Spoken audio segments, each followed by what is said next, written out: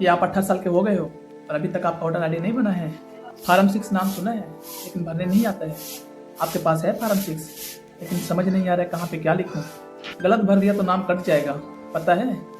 तो ये video and तक जरूर देखना, क्योंकि मैं आज आपको ये फार्म प्रैक्टिकल तरीके से भर के दिखाऊंगा और बीच में आपको बताऊंगा कि अगर गलती हो गया तो कैसे सुधार कर सकते हैं। नमस्ते दोस्तों, स्वागत है आपका हमारे यूट्यूब चैनल फौजी हेल्प में। मैं आपका दोस्त राम कुमार।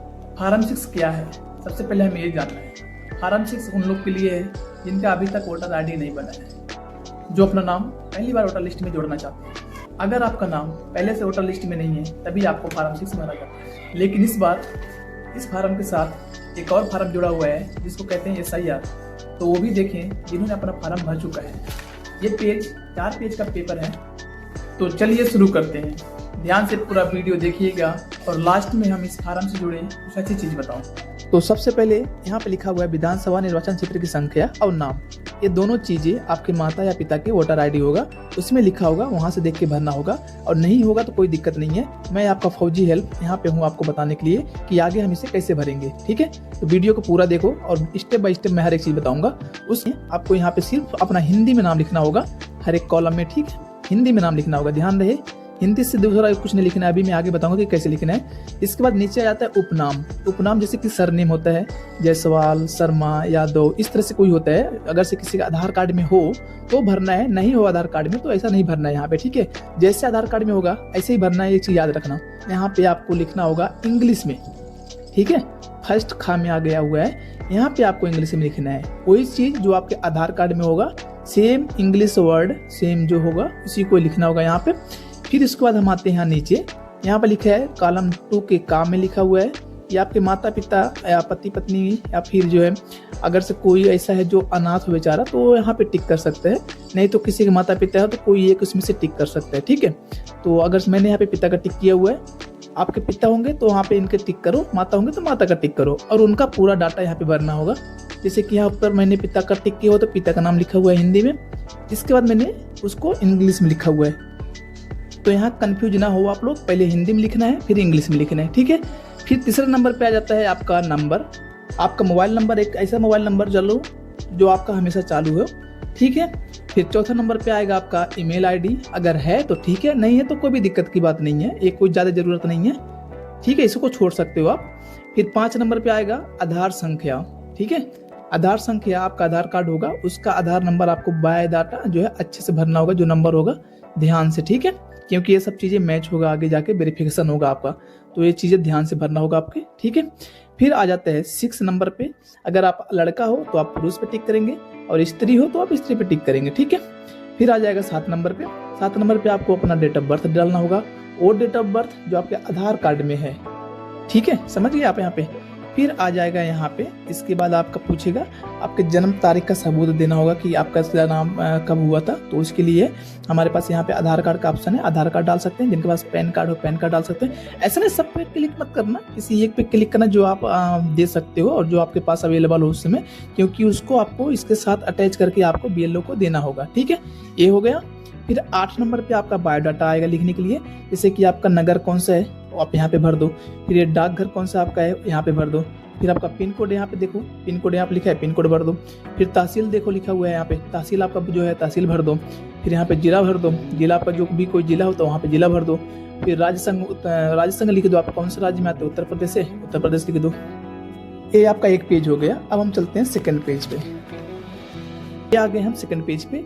यहाँ पे पूछेगा आपका निवास के रूप में आपको कोई एक कागज इसमें से देना होगा। ठीक है, चाहे वो बिजली बिल कनेक्शन हो, चाहे बैंक का कोई पासबुक हो, ठीक है, चाहे रजिस्ट्री किया कोई कागज हो ऐसा। तो यहाँ पे लिखा हुआ है दूसरे नंबर पे आधार कार्ड है, आपको आधार कार्ड डाल देना। ठीक है, सबके पास आजकल आधार कार्ड है तो आधार कार्ड पे टिक कर दो आप। ठीक है, निवास के सबूत के लिए कोई अन्य दस्तावेज, अगर से आपके पास निवास के लिए कोई दूसरा सबूत नहीं है तो आप दूसरा कोई ऐसा कागज जो आपके पास हो वहाँ पे लिखना होगा। ठीक है, यहाँ पे लिख दीजिएगा, यहाँ पे टिक कहीं मत करो अगर से निवास का कोई दूसरा कागज आपके पास नहीं है तो। ठीक है। फिर आपका 9 नंबर आ जाएगा। 9 नंबर बता रहा है कि अगर आपके घर में कोई चलित मतलब होता है, अगर से आपका पैर से कोई लूजा हो, फिर हाथ हो तो ना हो, पैर ना हो, ऐसा कुछ हो, तो उस पर टिक करना है। और अगर से दृष्टि मतलब अगर से उनका आँख नहीं हो, दृष्टि नहीं सही है उनका, तो यहाँ पे टिक करना है। मूक व अधीर, इसका मतलब होता है अगर से कोई घर में यहाँ पे गूंगा वगैरह हो, जो बात नहीं कर पाता, तो यहाँ पे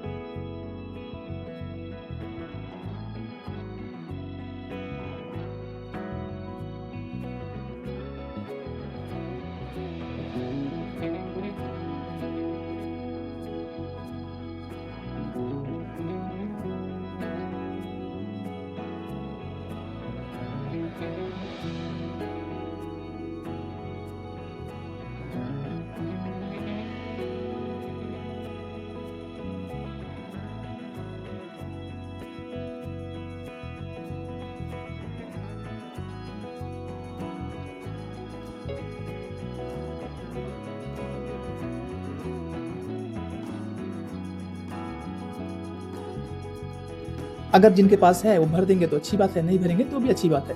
फिर उसके बाद आता है माता का नाम। माता का नाम भी भर देना है, उनका भी वोटर आईडी में एक बार चेक कर लीजिएगा, होगा तो भर दीजिए, नहीं होगा तो छोड़ दीजिए, ठीक है। फिर इसके बाद नेक्स्ट आता है आपके यहाँ, अगर से कोई लड़का का फार्म भरा, उनकी शादी हो गई है, तो अपनी पत्नी का नाम यहाँ डाल सकते हैं, और उनका EPIC नंबर अगर है तो डाल सकते हैं, नहीं है तो नहीं डाल सकते। सेम चीज अगर किसी लेडीज के लिए भरा जा रहा है फार्म, तो उनके पति का नाम हो, अगर पति का शादी, उनकी शादी हो गई है तो पति का नाम भर सकते हैं यहाँ पे, और उनका नंबर है तो, नहीं है तो कोई दिक्कत है, इसको छोड़ सकते हो, ठीक है। इसके बाद सबसे जरूरी चीज यहाँ पे ये आ जाता है, एक कॉलम, एक 2 कॉलम है, ठीक है। यहाँ पे क्या भरना है, जिस किसी का पहली बार भरा जा रहा है, जायज सी बात है इनका पिछले लिस्ट में नाम नहीं होगा, तो ये चीजें छोड़ देना है। ये उनके लिए है जो पिछले वोटर लिस्ट में नाम 2003 के वोटर लिस्ट में नाम होगा, उनको यहाँ पे भरना होगा, जिनका नहीं होगा उनको यहाँ पे भरना होगा, ठीक है। सबसे ज्यादा लोगों को कंफ्यूजन यहीं पे हुआ है, तो आपको ध्यान दीजिए, इस वाले कॉलम में उनका नाम भरा जाएगा जो आपके घर में किसी का वोटर आईडी बना हुआ है, जैसे माता का, पिता का बना हुआ है, और उनका 2003 के लिस्ट में नाम था, तो इसमें भरा जाएगा, ठीक है। वो चीज़ें तो मैंने मेरे पिता का नाम भरा हुआ है, उनका EPIC नंबर भरा हुआ है। संबंधी का नाम पूछेगा, तो आपका संबंधी मतलब आपका क्या नाम है, आप वो नाम भर सकते हैं जिनका बन रहा है, ठीक है। उसके बाद आपका संबंध क्या है उनके साथ, वो हमारे पिता लगते हैं, तो मैंने पिता का नाम भर दिया हुआ है। फिर आपका जिला भर दीजिएगा इस लाइन में। फिर आपका राज्य आ जाएगा, आप कौन से राज्य से हैं। उत्तर प्रदेश का फिलहाल भरा जा रहा है तो उत्तर प्रदेश लिखा जाएगा। विधानसभा सबका अलग अलग हो सकता है, हमारा विधानसभा अलग है, हमने अपना अलग रखा है, ठीक है। इस पर सबसे इंपॉर्टेंट यहाँ पे आ जाता है विधानसभा क्षेत्र संख्या, भाग संख्या और क्रम संख्या। ये तीनों चीजें ना आपके पास नहीं होगा, क्योंकि ये तीनों चीज आपको मिलेगा आपके जो BLO होंगे उनके पास एक लिस्ट होगा, उनके पास एक पूरे लोगों का लिस्ट होता है जिनमें सारे लोग का नाम होता है। वहाँ पे आप जब जाओगे जमा करने के लिए फार्म, तो आप उनसे बताइएगा, वो देख करके चेक करके भर देंगे ये चीज़ें, तीनों चीज़ें, ठीक है। इसको छोड़ दीजिए आप। फिर उसके बाद आप आएंगे यहाँ पे, इस वाले चीज़ पे साइन कीजिए, ऊपर वाले पे, और यहाँ पे अपना साइन कर देंगे, ठीक है।